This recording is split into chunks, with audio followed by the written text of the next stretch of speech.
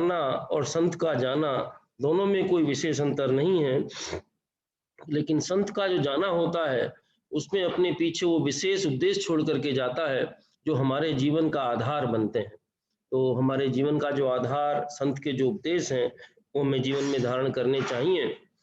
और इसी प्रकार से हम लोग देखते हैं भागवतम के पृष्ठों से कि किस प्रकार से अनेक अनेक संत महात्मा हम लोग को उपदेश देते हैं। हम लोग चर्चा में जाएंगे, लेकिन सबसे पहले जय राधा माधव और सबका आशीर्वाद, उसके बाद हम चर्चा करेंगे। हरे कृष्णा प्रभु।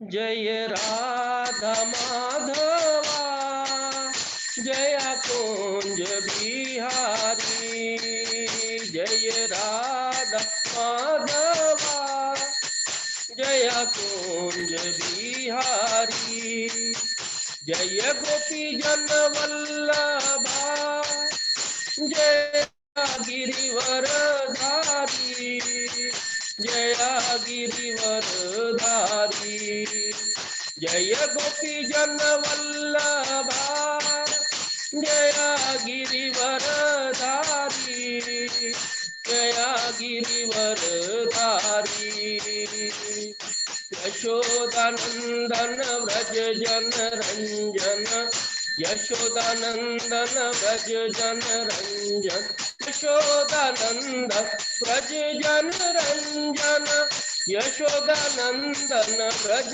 जन रंजन, यमुना तीरा वनचारी, यमुना तीरा वनचारी, जय राधा माधवा जय कुंज बिहारी, जय राधा माधवा जय कुंज बिहारी।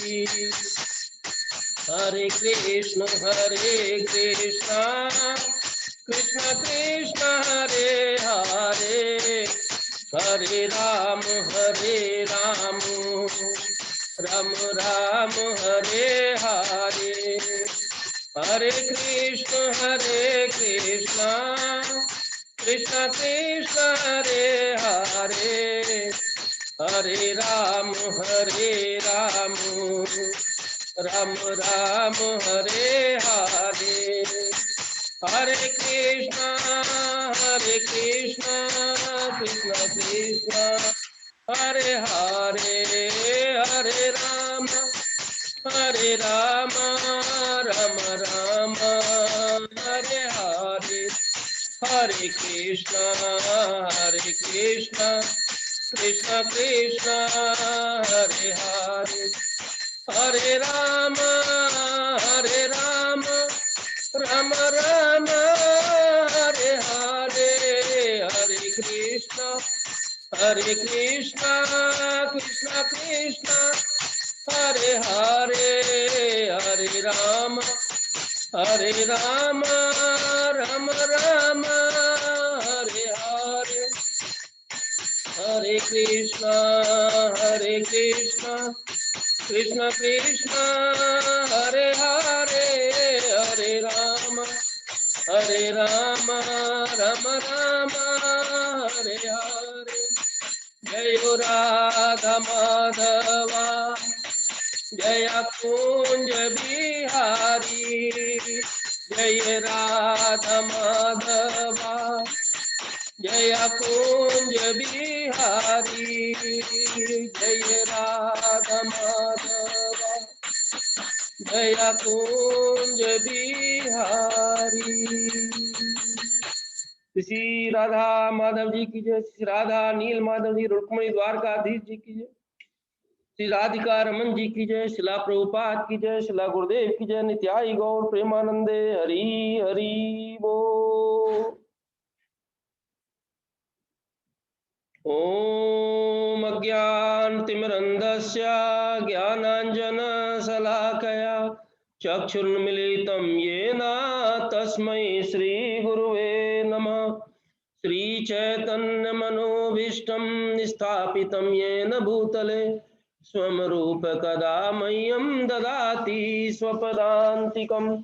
वन्देऽहं श्रीगुरो श्रीयुतपदकमलं श्रीगुरुन् वैष्णवांश्च श्रीरूपं साग्रजातं सगण रघुनाथन्वितं तं सजीवं साद्वैतं सावधूतं परिजनसहितं कृष्ण चैतन्यदेवं श्री राधा कृष्ण पादांश्च सगण ललिता श्री विशाखान्वितांश्च हे कृष्ण करुणा सिंधु दीनबंधो जगतपते गोपेश गोपिका कांत श्री राधा कांत नमोस्तुते तप्त कांचन गौरांगी श्री राधे वृंदावनेश्वरी वृषभानुसुते देवी प्रणमामि हरि प्रिय वाञ्छा कल्पतरुभ्यश्च कृपा सिन्धुवैव च पतितानां पावनेभ्यो वैष्णवेभ्यो नमो नमः।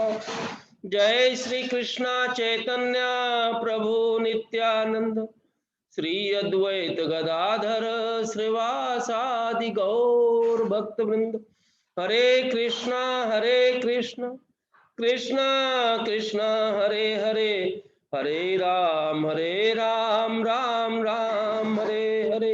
हरे कृष्णा कृष्ण कृष्ण हरे हरे, हरे राम राम राम हरे हरे। हरे कृष्णा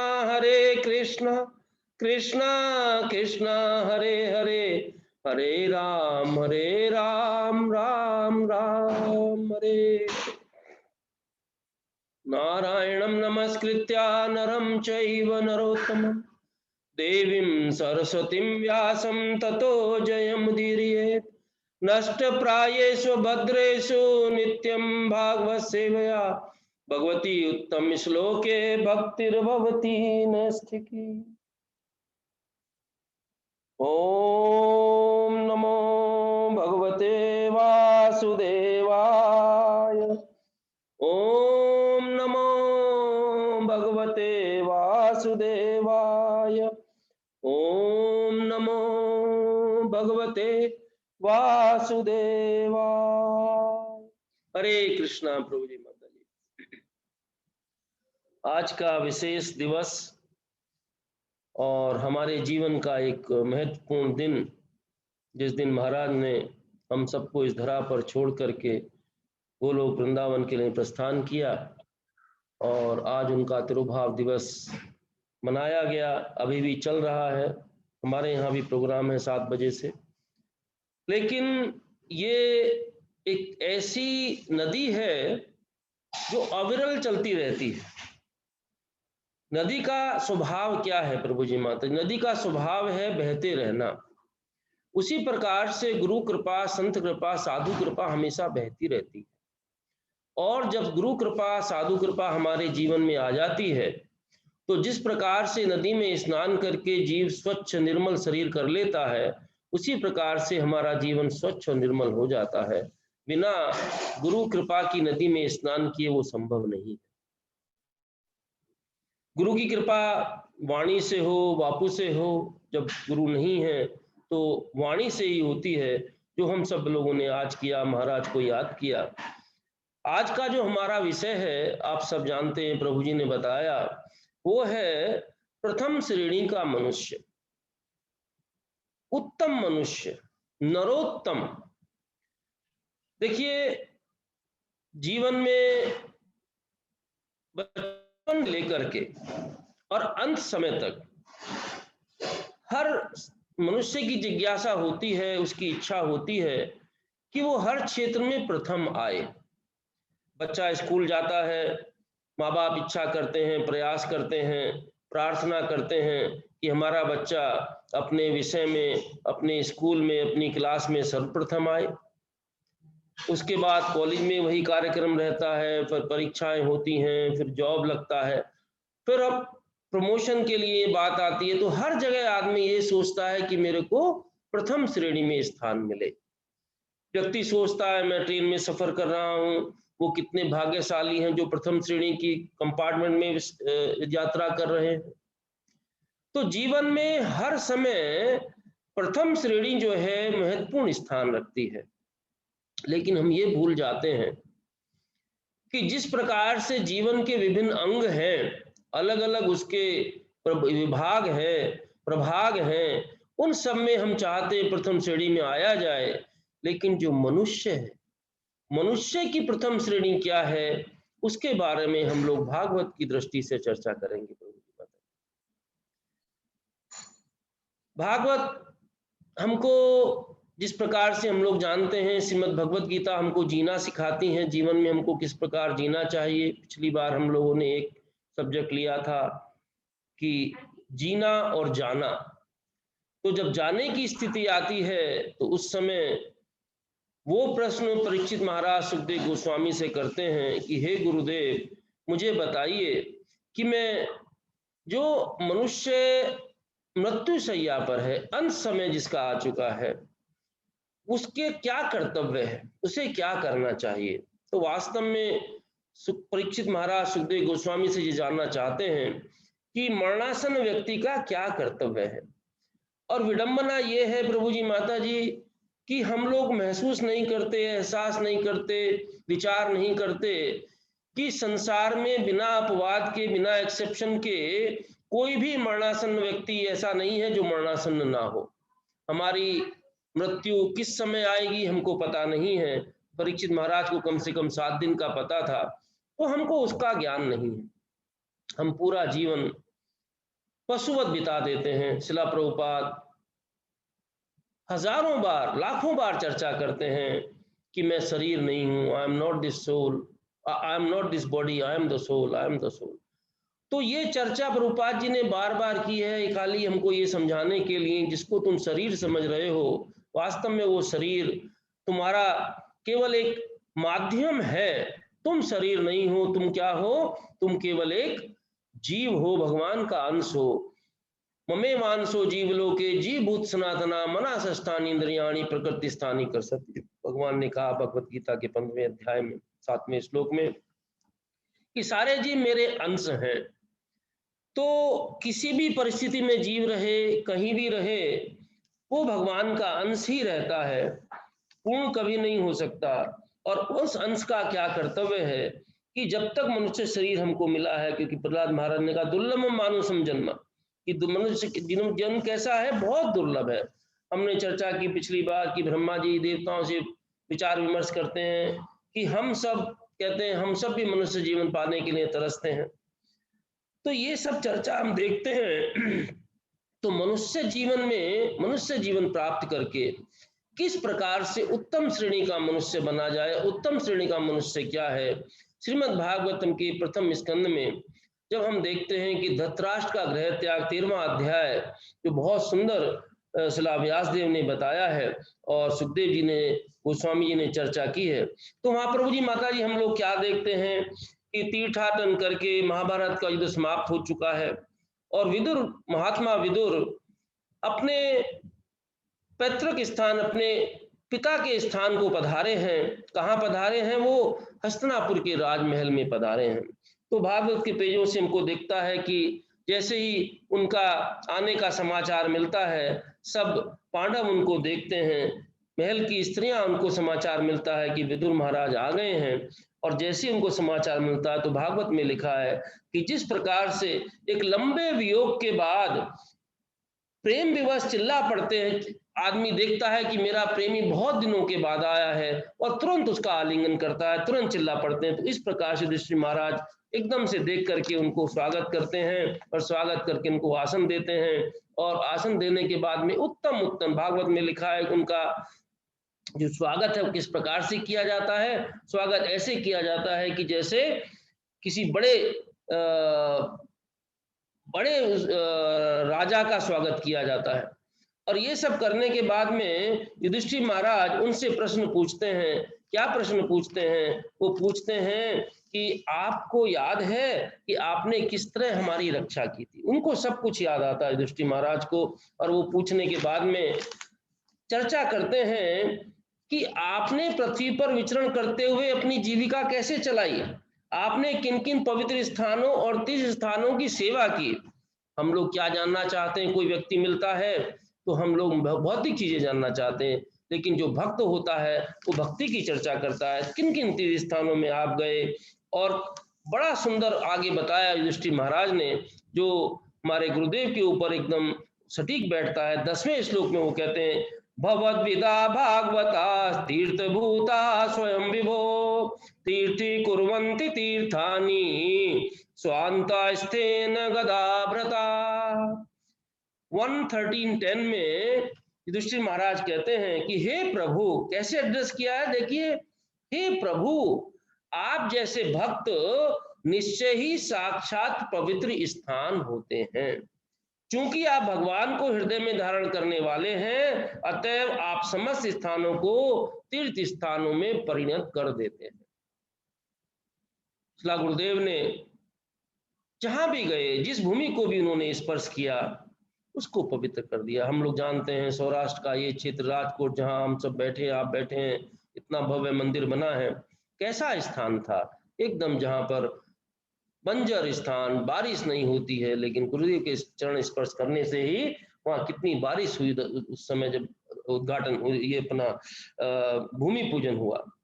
और उसके बाद से एक ये तीर्थ स्थल बन गया, अबू धाबी तीर्थ स्थल बन गया, मिनियापोलिस तीर्थ स्थल बन गया। जहां जहां श्रील गुरुदेव गए, उन्होंने उसको तीर्थ स्थान बना दिया। क्यों बना दिया? युधिष्ठिर महाराज कहते हैं, क्योंकि आप भगवान को स्वयं अपने हृदय में धारण करने वाले हैं। तो महाराज ने हमेशा भगवान को अपने हृदय में धारण किया है। तो पहली चीज जो आती है, जो व्यक्ति अपने हृदय में भगवान को धारण करता है, वो प्रथम श्रेणी का, उच्च कोटि का, उच्चतम कोटि का मनुष्य है। और क्या कहते हैं कि जब आप भगवान को अपने हृदय में धारण करते हैं, तो इसका तीर्थ क्या होता है प्रभु जी महाराज? तीर्थ होता है कि जहां पर मंदिर हैं, पवित्र नदियां हैं, या फिर साधु संतों का वास है, वो तीर्थ है।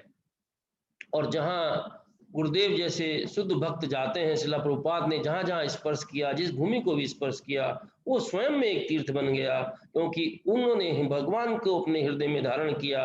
और भगवान के हृदय में धारण करने के बाद में अपनी वाणी से भगवान की जो कथा है वो सबको बताई है, और सबको भगवान का नाम दे करके उनका सबका उद्धार किया है। तो ऐसा व्यक्ति प्रथम श्रेणी का मनुष्य हो सकता है, होता ही है। देखिए, ये सब पूछने के बाद में युधिष्ठिर महाराज पूछते हैं कि उनके जो प्रियतम हैं युधिष्ठिर महाराज के, कौन प्रियतम है? कृष्णा। तो कृष्ण के बारे में पूछते हैं, पूरे द्वारका के बारे में पूछते हैं। उन सब के बारे में पूछने के बाद में हम लोग क्या देखते हैं कि जिस प्रकार से उनका स्वागत हुआ है, वो बताते हैं सुखदेव गोस्वामी कि कुटुंबियों द्वारा देवतुल्य सम्मानित होकर महात्मा विदुर को देवता के समान उनका आदर किया गया है। और उसके बाद में उन्होंने क्या किया, सब कुछ बताया, अपने बारे में बताया, टोटल बताया। लेकिन जो विशेष बात थी, वो क्या विशेष बात थी? भगवान का अपने धाम को प्रस्थान, उसके बारे में वो छुपा गए, उसके बारे में उन्होंने नहीं बताया। क्यों? क्योंकि भक्त को भगवान का विरह जो है बहुत कष्ट देता है, और युधिष्ठिर महाराज को जो कष्ट देना नहीं चाहते विदुर महाराज, तो इसलिए उन्होंने उस बात को छुपा लिया। और आगे बताया गया है कि मंडूक मुनि द्वारा शापित होकर जब विदुर शूद्र का शरीर धारण किए रहे, तब तक पाप कम करने वालों को दंडित करने के लिए यमराज के पद पर अर्यमा कार्य करते रहे। एक विशेष बात प्रभुपाद जी ने यहाँ पर लिखी है कि जो अर्यमा है, वो मंडूक मुनि को जो श्राप मिला, जिसकी वजह से उनको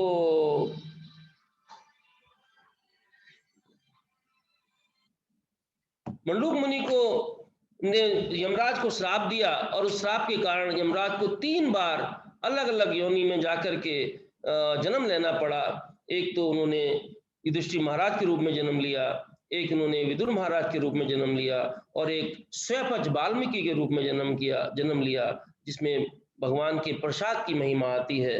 वो अलग चर्चा है, प्रभु जी माता हम उसमें नहीं जाएंगे। तो विदुर महाराज जी सब बैठ गए। तो बैठने के बाद में विदुर महाराज ने एक बड़ा सुंदर श्लोक बोला है, इसके अंदर उन्होंने जो चर्चा की है, वो क्या कहते हैं इस श्लोक में, जो आज का हमारा विशेष श्लोक है ये है 113:27 प्रभु जी माता जी। या स्वकात् परतो वेहा जात निर्वेद आत्मवान हरि हृदय कृत्वा हरिम गेहात् प्रव्रजेत स नरोत्तमः। विदुर महाराज कहते हैं कि जो व्यक्ति अपने आप या दूसरे के समझाने से जाग जाता है और इस भौतिक जगत की अस्तित्वता तथा दुखों को समझ लेता है तथा अपने हृदय के भीतर निवास करने वाले भगवान पर पूर्णतः आश्रित होकर घर त्याग देता है, वह निश्चय ही उत्तम कोटि का मनुष्य होता है।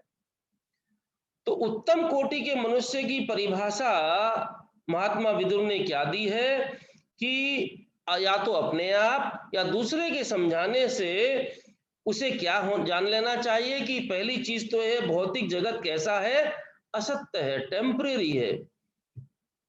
और क्या बताया कि दुखों को समझ लेता है और उसके दुखों को समझ लेता है। फिर क्या कहा, अपने हृदय के भीतर निवास करने वाले भगवान पर पूर्णतः आश्रित रहता है। और ऐसा व्यक्ति ये सब जान करके कि संसार असत्य है, संसार में दुखी दुख भरे हुए, भगवान भगवत गीता में कहते हैं दुखालयम अशाश्वतम, कि दुखों का घर है और असत्य है, अशाश्वत है। तो ऐसे घर में इसमें जानने के बाद में, संसार की असारता को जानने के बाद में, जब व्यक्ति अपने हृदय के अंदर स्थापित विराजमान भगवान की शरण ग्रहण करता है तो वो घर को त्याग देता है, तो वो उत्तम कोटि का मनुष्य होता है। ये बात विदुर महाराज कहते हैं धृतराष्ट्र से इसलिए कहते हैं क्योंकि धृतराष्ट्र की स्थिति अगर हम जाने तो धृतराष्ट्र के 100 पुत्र वीर गति को प्राप्त हो गए, भगवान अपने स्वर्ग को चले गए, परिवार में कोई नहीं बचा, पूरा कौरव वंश समाप्त हो गया, पुत्र पौत्र सब कुछ चले गए। लेकिन उसके बाद भी शरीर को रखने के लिए वो धृतराष्ट्र ने क्या किया, शरीर को रखने के लिए धृतराष्ट्र कहाँ बैठे रहे, धृतराष्ट्र युधिष्ठिर महाराज के महल में रहे। जिस भीम ने दुशासन का रक्त पिया, उसकी छाती चीर करके, जिस भीम ने उनके पुत्रों का वध किया, उसी भीम के हाथ से खाना खाते रहे। तो युधिष्ठिर महाराज विदुर महाराज धृतराष्ट्र को क्या कहते हैं कि आपको पता नहीं है, क्या पता नहीं है कि जो काल है वो किस रूप में आता है। 17वें श्लोक में बताते हैं, एवं ग्रहेषु सक्ता नाम प्रमत्ता नाम तदीया अत्यक्रामदविज्ञातः काला परम दुस्तरः। काला परम दुस्तरः, व्यक्ति ये सोचता है प्रभु जी माता जी, मनुष्य ही नहीं बन पाता। मनुष्य बनने की प्रथम श्रेणी का तो छोड़ दीजिए, वो पशुवत रहता है। क्यों पशुवत रहता है? भगवान ने भगवत गीता में 7वें अध्याय के 3रे श्लोक में क्या बताया? भगवान ने बताया, मनुष्याणाम सहस्रेषु कचित यदि सिद्ध यतनाम अभिसिद्धानाम कश्चिन माम वेति तत्वतः। कि अर्जुन, मनुष्याणाम सहस्रेषु, हजारों लाखों जीवों में से जिनको मनुष्य शरीर मिलता है, कोई मनुष्य बनने का प्रयास करता है और उनमें से कोई विरला ही होता है जो मुझे तत्व से जानता है। तो प्रथम चीज क्या है? हमको मनुष्य, प्रथम श्रेणी तो बहुत बात की बात है, पहले तो मनुष्य बनना है। मनुष्य बनने के लिए हमको क्या करना है? मनुष्य बनने के लिए देखिए, मनुष्य 2 पैर वाला पशु भी हो सकता है, 4 पैर वाला मनुष्य भी हो सकता है। क्यों? क्योंकि जो 2 पैर वाला है, अगर वो पशुवत व्यवहार करता है तो वो 2 पैर वाला पशु है, और अगर 4 पैर वाला है वो मनुष्य की तरह व्यवहार करता है, 4 पैर वाला वो मनुष्य है। इस प्रकार से जो पशु करते हैं, आहार निद्रा भय मैथुन, वही चीज अगर मनुष्य भी जीवन में करता रहे, मौज मस्ती मजा करना, तो उसका जीवन पशुवत हो जाता है। तो मनुष्य तो वो है ही नहीं। तो मनुष्य बनने के लिए हमको इससे ऊपर उठना होता है। ऊपर उठने के लिए हमको साधु संग करना पड़ता है, साधु की कृपा प्राप्त करनी पड़ती है, शास्त्र का अध्ययन करना पड़ता है। उसके बाद हम मनुष्य बनने की हम लोग सोच सकते हैं प्रभु जी माता जी, अन्यथा वो सोचना भी बहुत मुश्किल है। तो विदुर महाराज कहते हैं कि ये जो काल है, कालः परम दुस्तरः, कि जो लोग घरेलू मामलों में अत्यधिक लिप्त रहते हैं, उन्हीं के विचारों में मग्न रहते हैं, उन्हें दुस्तर काल नित्य नित्य काल अनजाने ही आधर दबोचता है। और ये की है प्रभु जी माता जी मनुष्य बनने के लिए। हम ये सोचते हैं, जैसे यक्ष ने प्रश्न किया युधिष्ठिर महाराज से जब 12 वर्ष के वनवास में थे, क्या प्रश्न किया कि संसार का सबसे बड़ा आश्चर्य क्या है? उन्होंने सबसे बड़ा आश्चर्य क्या है कि हर व्यक्ति देखता है कि शमशान में जाकर के हर व्यक्ति जा रहा है, लेकिन वो सोचता है मैं कभी नहीं जाऊंगा। और यही स्थिति विदुर महाराज समझा रहे हैं कि जो काल है पीछे खड़ा हुआ है, कब हमारा समय आएगा, कब हमको दबोच लेगा, हमको पता नहीं है, लेकिन फिर भी हम पशुवत व्यवहार करते रहते हैं और पशु समान जीवन व्यतीत करते रहते हैं। भय निद्रा आहार, भय निद्रा मैथुन में ही लगे रहते हैं। इसलिए हमको इससे बाहर निकल करके जीवन का वास्तविक सत्य है उसकी तरफ हमको जाना चाहिए। प्रभु जी माता जी, धृतराष्ट्र को विदुर महाराज देखिए, जो संत होते हैं, जो महात्मा होते हैं, जरूरी नहीं है कि महात्मा केवल गेरुआ वस्त्र धारण करे, जरूरी नहीं है कि महात्मा जंगल में चला जाए। उसका व्यवहार महाराज ने हमको हमेशा बताया कि आपका व्यवहार कैसा है। भागवतम पढ़ते हैं, भगवत गीता पढ़ते हैं, रामायण पढ़ते हैं, सब पढ़ते हैं, लेकिन पढ़ने के बाद अगर हमारा व्यवहार में कोई अंतर नहीं आया, हमारा व्यवहार मनुष्यवत नहीं हुआ, तो हम पढ़ना जो है वो पढ़ना नहीं पढ़ने के बराबर है। क्यों? इससे हमारा व्यवहार चेंज होना चाहिए। और इसी प्रकार हम ये देखते हैं कि विदुर जो धृतराष्ट्र है, उनकी स्थिति जैसे विदुर महाराज ने देखा, तो संत क्या करते हैं कि अपनी अहेतु की कृपा करने के लिए विदुर महाराज ने पूरे संसार को त्याग दिया। देखिए विदुर महाराज किस प्रकार से गए। दुर्योधन ने अपमान किया, जो धनुष बाण था उसको वहीं उसके द्वार पर रख दिया दुर्योधन के महल के, और विदुर महाराज चुपचाप वहां से चले गए। और जाने के बाद में उसको बड़ी कृपा माना, अपमान को कितनी बड़ी कृपा मान। देखिए प्रथम श्रेणी के मनुष्य क्या लक्षण है, उसका अपमान होता है, उसको भी भगवान की कृपा मानता है। कृपा मान करके उन्होंने सोचा कि ये कितनी अच्छी बात है कि मुझे अब भगवान के साथ करने का सौभाग्य प्राप्त हुआ है। अब मैं सब कुछ छोड़ करके जा करके भगवान के भजन करूंगा, तीर्थाटन में जाऊंगा। विदुर महाराज महाभारत का युद्ध छोड़कर तीर्थाटन के चले गए। और जाने के बाद कब वापिस आए हैं? वापिस आए हैं पूरा महाभारत का युद्ध समाप्त होने के बाद में, जब पूरा युद्ध समाप्त हो गया। और जब वापिस आए हैं तो क्या कहते हैं विदुर महाराज आने के बाद में, किस लिए वापिस आए हैं? केवल अपने भ्राता धृतराष्ट्र के लिए। जिस धृतराष्ट्र ने, देखिए संत का स्वभाव कितना निर्मल है, कितना स्वच्छ है, कितना दयालु है, कि वो धृतराष्ट्र जितने दुर्योधन ने अपमान किया उसको कुछ नहीं कहा। उसी धृतराष्ट्र को उद्धार करने के लिए विदुर महाराज हस्तिनापुर में वापस लौटे हैं। फिर कहते हैं धृतराष्ट्र से कि राजन आप यहाँ से शीघ्र ही बाहर निकल चलिए, विलंब मत करिए। आप देखें कि भय ने किस प्रकार को आपको अभिभूत कर रखा है। फिर आगे कहते हैं कि इस भौतिक संसार में कोई भी व्यक्ति इस भयावह स्थिति का सामना उपचार नहीं कर सकता। भयावह स्थिति क्या बताई कि जो काल है, नित्य काल पीछे खड़ा हुआ है, कभी भी वो हमको आ दबोचेगा। तो इस स्थिति का सामना इसका कोई उपचार नहीं है, इसका कोई उपाय नहीं है।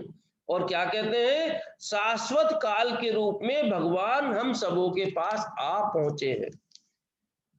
युधिष्ठिर महाराज विदुर महाराज को देख करके हर्षित हुए।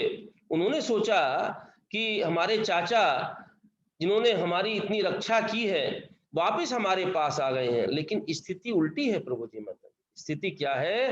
विदुर महाराज केवल आए हैं जहां जो भगवान से विमुख है उनको भगवान की तरफ लेके जाने के लिए। जिस प्रकार से श्रील प्रभुपाद ने संन्यास में थे, बड़े आनंद में राधा दामोदर मंदिर में थे, लेकिन गुरु के आदेश के लिए सब कुछ त्याग करके, शास्त्रों के अनुसार 7 समुद्र पार जाना सन्यासी के लिए वर्जित है, लेकिन ये किसका नियम कब लागू होता है? सामान्य स्थिति में, विशेष परिस्थितियों में लागू नहीं होता। विशेष परिस्थिति क्या है? जब गुरु का आदेश है। और गुरु का आदेश किस लिए है? जा करके पाश्चात्य देशों में जितने भी जीव वहां हैं उनका उद्धार करना, उनका उद्धार करने शिला प्रभुपाद वहां गए। शिला गुरुदेव आज एक भक्त बता रहे थे तिरुभाव दिवस में कि लंदन के अंदर उनका अच्छा घर, सब कुछ, प्लेट कहते हैं उनकी प्लेट फुल थी। उस फुल प्लेट के बाद में उन्होंने जब उसको त्यागा है तो क्या किया है उन्होंने? केवल संसार में भक्तों की, जीवों की रक्षा करने के लिए उनको उन्होंने त्यागा है, और कोई कारण नहीं है। देखिए, तो इसीलिए विदुर जी का महल छोड़ना, धृतराष्ट्र को आकर के उन्होंने उपदेश दिया है, जिसमें क्या बताया उन्होंने कि आप जो है इस घर को तुरंत त्याग दीजिए। और आगे बढ़ा उन्होंने, कहते हैं कि आपके पिता भाई एग्जाम्पल देकर के समझा रहे हैं। देखिए, जो भी परम काल के प्रभाव में रहता है उसे अपना सर्वप्रिय जीवन काल को अर्पित करना पड़ता है। कोई अपवाद नहीं है, कोई भी अपवाद नहीं है कि हम अपना जीवन अपने पास बचा के रख सकें। अन्य वस्तुओं जैसे धन, सम्मान, संतान, भूमि, घर का तो कुछ कह ही नहीं सकते। हमारे पास सब कुछ रहता है, धन, भूमि, इतनी सारी चीजें रहती हैं, लेकिन जो जीवन है उन सब से हमको सबसे ज्यादा प्यारा होता है, वही हमको काल को अर्पित करना पड़ता है। इसलिए कहते हैं कि देखो, आपके पिता चले गए, भाई चले गए, और शुभचिंतक, पुत्र, नाते सब चल जा चुके हैं, और आप अपना जीवन भी अधिकांश समय व्यतीत कर चुके हैं, बुढ़ापे ने आपको घेर लिया है, आप पराए घर में पड़े हुए हैं। ये जो शब्द है प्रभु जी माता जी एक मनुष्य के लिए कि पराया घर, ये हमको थोड़ा ध्यान देना चाहिए कि वास्तव में हम सब पराए घर में पड़े हुए हैं। मनुष्य वो है जो ये जान ले कि संसार हमारा घर नहीं है। भगवान के अनुसार पितामह से जगतो माता दाता पितामह, वो हमारे पिता हैं, तो जो उनका घर है वही हमारा घर है। हमारा घर भगवान का घर है। और ये संसार कैसा है? ये संसार तो दुखों का घर है, ये हमारा घर नहीं है। इसलिए विदुर महाराज धृतराष्ट्र से कहते हैं कि आप इस पराये घर में पड़े हुए हैं, तो हम अपने घर में भी हम सोचे तो हम भी पराये घर में पड़े हुए हैं। तो इसीलिए कहते हैं कि आप अंधे तो जन्म से अंधे तो रहे, लेकिन अब ये बहरे भी हो चुके हैं, और आपकी स्मृति भी कम हो गई है, बुद्धि विचलित हो गई है, आपके दांत हिल गए हैं, आपका शरीर सब खराब हो चुका है। इसलिए आप समय निकाल करके अब इस घर को छोड़िए। और क्या कहते हैं कि उनको एक बड़ा शब्द यूज किया है विदुर महाराज ने। देखिए, कई बार डॉक्टर जो होता है जब उपचार करता है, और कई बार रोग बड़ा भयानक होता है, तो कैसे उपचार करता है? वो उपचार करता है शॉक ट्रीटमेंट के द्वारा। तो शॉक ट्रीटमेंट उनको दिया है कि आप घर में घरेलू कुत्ते की तरह यहाँ पर रह रहे हैं। तो इसीलिए ये सब कहने के बाद में विदुर महाराज ने ये जो श्लोक बोला है कि यह स्वपात परतो वेहा जाति निर्वेद आत्मवान हृदय कृत्वा हरिम के हाथ प्रजवसेत प्रव्रजेत नरोत्तम, कि जो व्यक्ति अपने आप या दूसरे के समझाने से जाग जाता है, वह भौतिक जगत की सत्यता, असत्यता और दुखों को समझ लेता है, तथा अपने हृदय के भीतर विराजमान भगवान को पूर्णतः आश्रित होकर के घर को त्याग देता है। ये बहुत महत्वपूर्ण बात है प्रभु जी माता जी कि एक उत्तम कोटि का जो मनुष्य है, अभी हम लोग आगे कथा में देखते हैं, उसमें हम लोग नहीं जाएंगे, कि धृतराष्ट्र जिनका जीवन भर अंधे होने के कारण से दूसरों पर आश्रित रहे, और व्यक्ति असहाय महसूस करता है, जिसके अंदर कंधा हो, पैर ना हो, अलग अलग जीवन के अंग, जीवन जो शरीर के अंग हैं वो ना हो, तो लेकिन वही व्यक्ति जब साधु की कृपा होती है, धृतराष्ट्र के पास अभी देखिए बुढ़ापा है, स्मृति भी नहीं है, बहरे भी हो चुके हैं, लेकिन फिर भी जब विदुर जी ने ज्ञान दिया है और उनको ज्ञान समझ में आ गया, क्योंकि संत की कृपा होती है तो वो समझ जाता है, उसके बाद वो रात के अंधेरे में बिना किसी को बताए चुपचाप चले जाते हैं। कैसे चले जाते हैं? विदुर का हाथ पकड़ करके, और आगे कथा हम जानते हैं श्रीमद् भागवतम में कि जाने के बाद वो कहाँ जाते हैं, उत्तर की तरफ जाते हैं और वहां पर तप करके अपना शरीर छोड़ते हैं और भगवान की प्राप्ति करते हैं। तो उत्तम कोटि का देखिए क्या विशेष बात इसके अंदर है। जो व्यक्ति जीवन भर जो मनुष्य होने के गुण नहीं है वैसा काम करता रहा, क्या करते रहे, धृतराष्ट्र पक्षपात करते रहे, अपने ही भाई के जो उनका था नहीं उसको अपना मान करके बैठे रहे, जो राज्य उनका नहीं था, पांडु का राज्य था, लेकिन फिर भी जो कृपा उनके ऊपर बरसी है विदुर की, उसको समझ करके उन्होंने जीवन का उत्तम कोटि के मनुष्य के जैसा व्यवहार करके घर को त्याग करके भगवान की उन्होंने प्राप्ति की। देखिए प्रभु जी माता, हम क्या जानते हैं कि हमारे शरीर की जो आवश्यकताएं हैं, हम जैसे भौतिक रूप में आहार निद्रा भय मैथुन जो चीजें हैं, लेकिन वास्तव में इन सबसे ऊपर उठ करके हम लोग जीवन देखते हैं। किसका देखते हैं? वृंदावन के षट गोस्वामी जी का जीवन देखते हैं। कहाँ तो उनका जीवन एकदम राजसी शाही था और उस समय उनके पास लाखों में स्वर्ण मुद्राएं रहती थी, और कहाँ वृंदावन के अंदर महाप्रभु की कृपा से पेड़ के नीचे बैठ करके 2-2, 3-3, 4-4 दिन में कोई बालक आ गया, गोप बालक आने के बाद में छाछ दे गया, एक हाथ छाछ पी करके बड़े मस्त पड़े हुए हैं। वहां पर भगवान का भजन है, भगवान की जो लीलाएं हैं उनका चित्रण है और उनका वर्णन है, वो सब कर रहे हैं हमारे षट गोस्वामी। हमारे जो रघुनाथ दास गोस्वामी, पिता कितने बड़े जमींदार हैं, हम लोग कथा जानते हैं। इतने बड़े जमींदार हैं कि आज के जमाने में हम लोग सोच भी नहीं सकते, सब कुछ त्याग करके चले आते हैं और कैसे जीवन बिताते हैं कि जब देखते हैं कि महाप्रभु पूछते हैं कि रघुनाथ आजकल प्रसाद पाता थे, पहले प्रसाद पाते थे, जो मंदिर से आता था फिर वो भी बंद कर दिया, कैसे जीवन जीता है?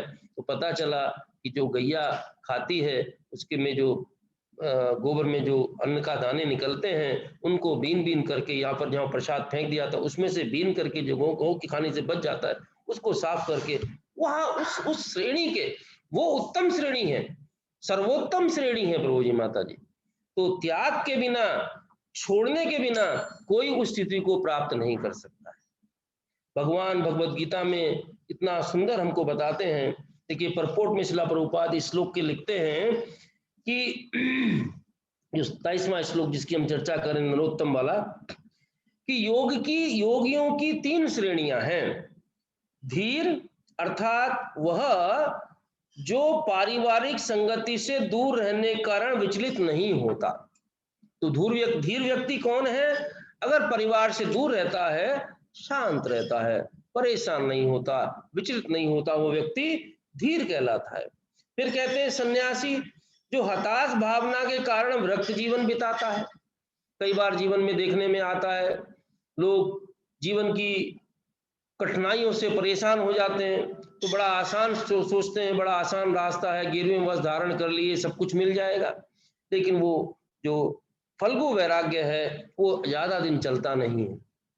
फिर कहते हैं निष्ठावान, जो तीसरी श्रेणी है, जो प्रथम श्रेणी के मनुष्य हैं, उसका बता निष्ठावान भगवत भक्त, जो श्रवण कीर्तन द्वारा ईश्वर चेतना जगाता है और हृदय में वास करने वाले भगवान पर पूर्णतः आश्रित रहकर घर त्याग देता है। महत्वपूर्ण प्रभुपाद जी ने परपोर्ट में लिखी है कि जो भक्त है, जो प्रथम श्रेणी का मनुष्य कौन होता है? भक्त ही प्रथम श्रेणी का मनुष्य हो सकता है। और कौन सा भक्त? जो निष्ठावान हो और श्रवण तथा कीर्तन द्वारा ईश्वर चेतना को जगाता हो और हृदय में वास करने वाले भगवान पर पूर्णतः आश्रित रहकर, जैसे विदुर महाराज ने बताया वही बात प्रभुपाद जी ने परपोर्ट में लिखी है, ग्रह त्याग कर देता है। तो इसका मतलब क्या है प्रभु जी माता जी की सब लोगों को गृह त्याग कर देना चाहिए? ये बड़ा सामयिक प्रश्न है कि अगर ऐसा लिखा गया है इसका मतलब सब अपने अपने घर को छोड़ करके चले जाएं, सब जंगल को चले जाएं तो शहर खाली हो जाएंगे और जंगल भर जाएंगे तो वहां पर भी शहर बन जाएंगे।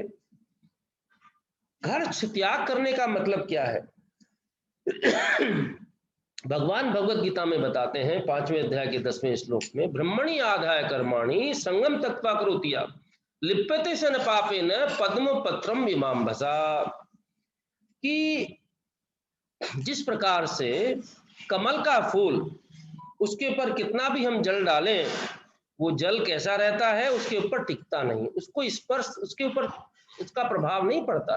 और दूसरी बात क्या कमल के फूल की खास है कि कीचड़ में उगता है लेकिन उससे अलग रहता है। तो संसार भी देखिए प्रभु जी माता जी एक दलदल के समान है, कीचड़ है। इससे बाहर निकलने के लिए हमको गुरु का सहारा लेना पड़ेगा, और गुरु के द्वारा दिया गया मंत्र उस डंडी के समान है जो एक व्यक्ति को दलदल से बाहर निकलने के लिए व्यक्ति किसी दूसरे व्यक्ति को पकड़ाता है जो दलदल में पड़ा हुआ है। तो गुरु के द्वारा दिया गया मंत्र और माला के द्वारा हम दलदल से बाहर निकलने का प्रयास करके प्रथम श्रेणी का मनुष्य हम बन सकते हैं। तो बाहर घर त्यागने का मतलब क्या है कि घर में आप रहिए, कोई चिंता की बात नहीं है, लेकिन घर में रहने के साथ साथ आपको क्या करना है, आसक्त नहीं होना। ये विशेष बात है। जिस प्रकार से हम लोग देखते हैं पुंडरीक विद्यानिधि के उदाहरण में, गदाधर पंडित जब जाते हैं उनसे महाप्रभु के आदेश के अनुसार दीक्षा लेने के लिए, तो क्या पाते हैं, गदाधर पंडित पुंडरीक विद्यानिधि ऊंचे उस पे आसन पे बैठे हुए हैं, सिल्क का कुर्ता है, पान चबाया हुआ है, सोने का सिंहासन है, पूरा राजसी ऐश्वर्य है, बड़े वैभव में बैठे हुए हैं। सोचते हैं इनसे कैसे मैं दीक्षा लूं, ये तो इतने ऐश्वर्य में है।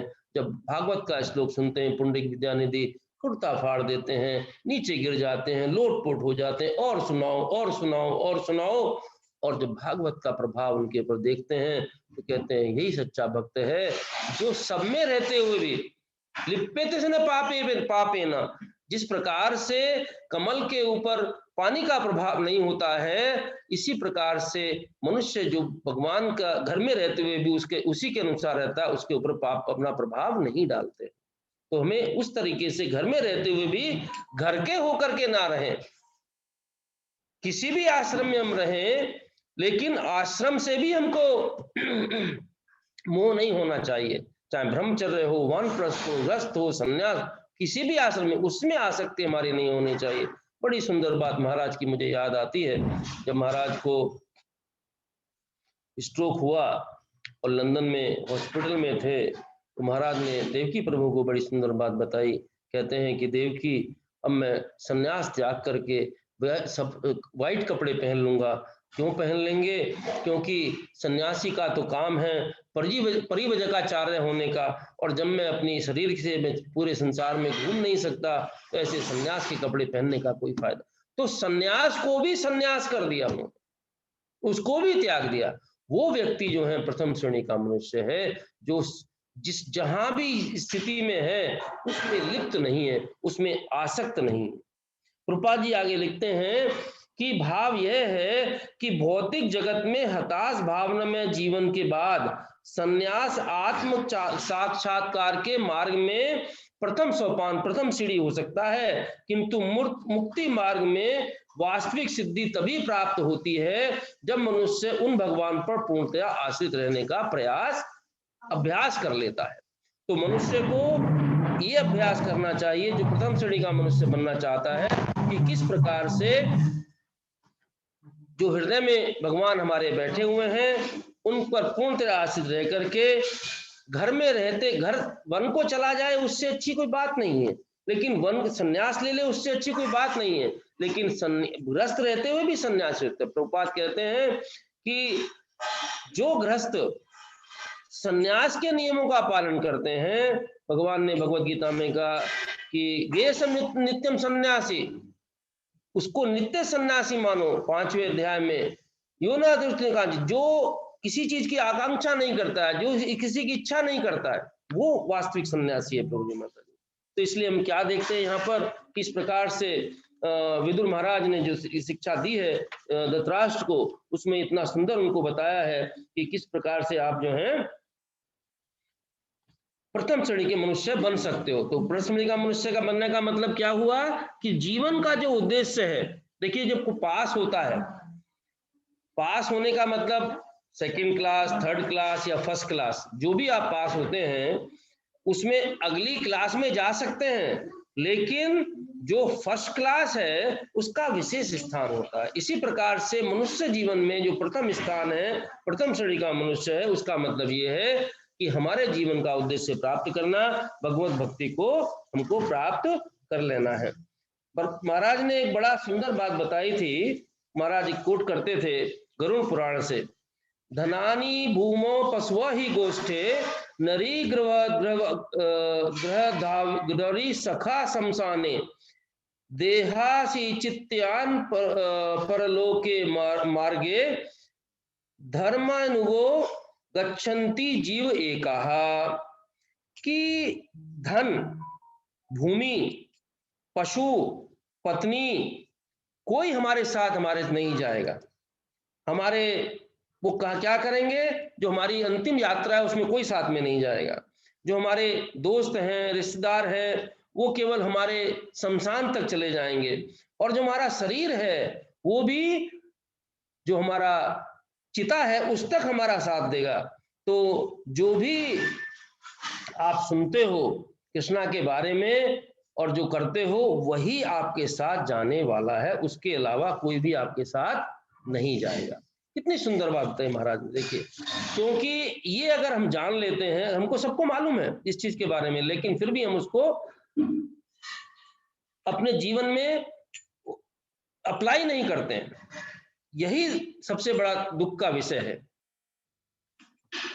भगवान ने भगवत गीता में जैसे उपदेश दिया प्रथम श्रेणी के मनुष्य के लिए, उसका क्या काम है, 9वें अध्याय के 14वें श्लोक में बताया, सत्यम कीर्तयन्तु माम यतन्त नमस्यन्त च माम भक्त नित्य उपासते। 24 आवर्स सत्यम कीर्तयन्तु माम, मेरा कीर्तन करो, मन मना भव मक्तो मध्याजी माम नमस्कुरु। एक एक करके इतनी जगह भगवान ने बताया है कि अगर इनको आप पालन करते हो तो क्या होगा। आप जो हैं, जैसे 8वें अध्याय के 5वें श्लोक बताया, अंतकाले च मामे वैष्णव मुक्त्वा कलेरम या प्रयाति से मद्भाव याति न संशया, कि आप जो हैं भगवान का नाम लेने से मेरे पास चले आओगे। जन्म कर्म च में दिव्यम युक्त, चौथे अध्याय के 9वें श्लोक में बताया, जन्म कर्म च युक्त तत्वा देहम पुनर्जन्म नेति मामेति सो अर्जुन। तो भगवान ने जगह जगह ये सारी बातें बताई हैं अर्जुन को, और जो इनका अभ्यास करता है वास्तव में वही भगवान की प्राप्ति करके प्रथम श्रेणी का मनुष्य प्रभु जी माता जी बन सकता है, उसके अलावा कोई दूसरा उपाय नहीं है। इसलिए श्रीमद् भागवत कहती हैं कि हमारा कर्तव्य क्या होना चाहिए, हमारा कर्तव्य होना चाहिए श्रोतव्य कीर्तितव्यश्च स्मृत चेत्ताभयम् तस्मात् भारता सर्वात्मा भगवान ईश्वरो हरिः श्रोतव्य कीर्तितव्यश्च स्मृत चेत्ताभयम्, कि हमें भगवान के बारे में सुनना, उसका कीर्तन करना और उसको याद करना, यही हमारा जीवन का लक्ष्य होना चाहिए। आगे क्या कहा गया दूसरे अध्याय स्कंद के पहले अध्याय के 6वें श्लोक में, एतावान सांख्य योगाभ्याम स्वधर्म परिनिष्ठया जन्म लाभा परम पुंसाम अंते नारायण स्मृति ही। तो वास्तव में जो व्यक्ति जीवन के अंत में, अंते नारायण स्मृति ही, जीवन के अंत में भगवान का स्मरण करता है, वही वास्तव में प्रथम श्रेणी का मनुष्य प्रभु जी माता जी हो सकता है। उसके अलावा कोई दूसरा उपाय नहीं है, नहीं है और नहीं है।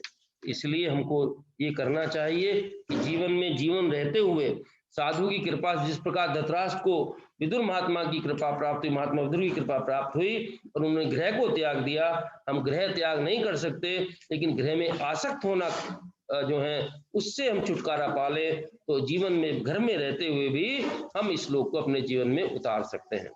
हरे कृष्णा प्रभु जी माता जी। 5 मिनट हम लोग लेंगे, कुछ प्रश्न उत्तर या फिर किसी का कुछ टीका टिप्पणी है उसके लिए।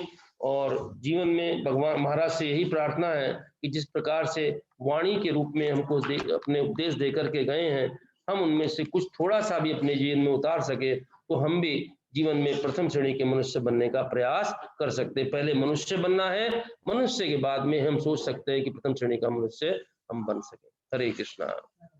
भागवतम राज की जय, शिला प्रभुपाद की जय, शिला गुरुदेव जय, गौर प्रेमानंदे। हरि हरि बोल। हरे कृष्णा। अगर किसी का कोई प्रश्न है तो आपको पूछ सकते हैं।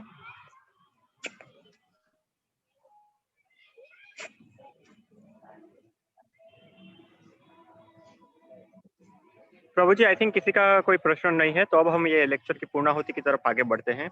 तो मैं इस्कॉन मंदिर राजकोट के प्रमुख श्री वैष्णव सेवा प्रभु जी की तरफ से ऋषिकेश प्रभु जी का खूब खूब धन्यवाद करना चाहता हूँ, जिन्होंने फर्स्ट क्लास ह्यूमन बीइंग, उच्च कोटि का मनुष्य, इस विषय के ऊपर इतना सुंदर लेक्चर दिया। प्रभु जी से फिर से नेक्स्ट सेशन में वापस मुलाकात होगी। तब तक के लिए सबको हरे कृष्णा। हरे कृष्णा। वाञ्छाकल्पतरुभ्यश्च कृपा सिन्धुभ्यश्च च पतितानां पावनेभ्यो वैष्णवेभ्यो नमो नमः। शिला गुरुदेव की जय, शिला प्रभुपाद की जय। Thank you Prabhu.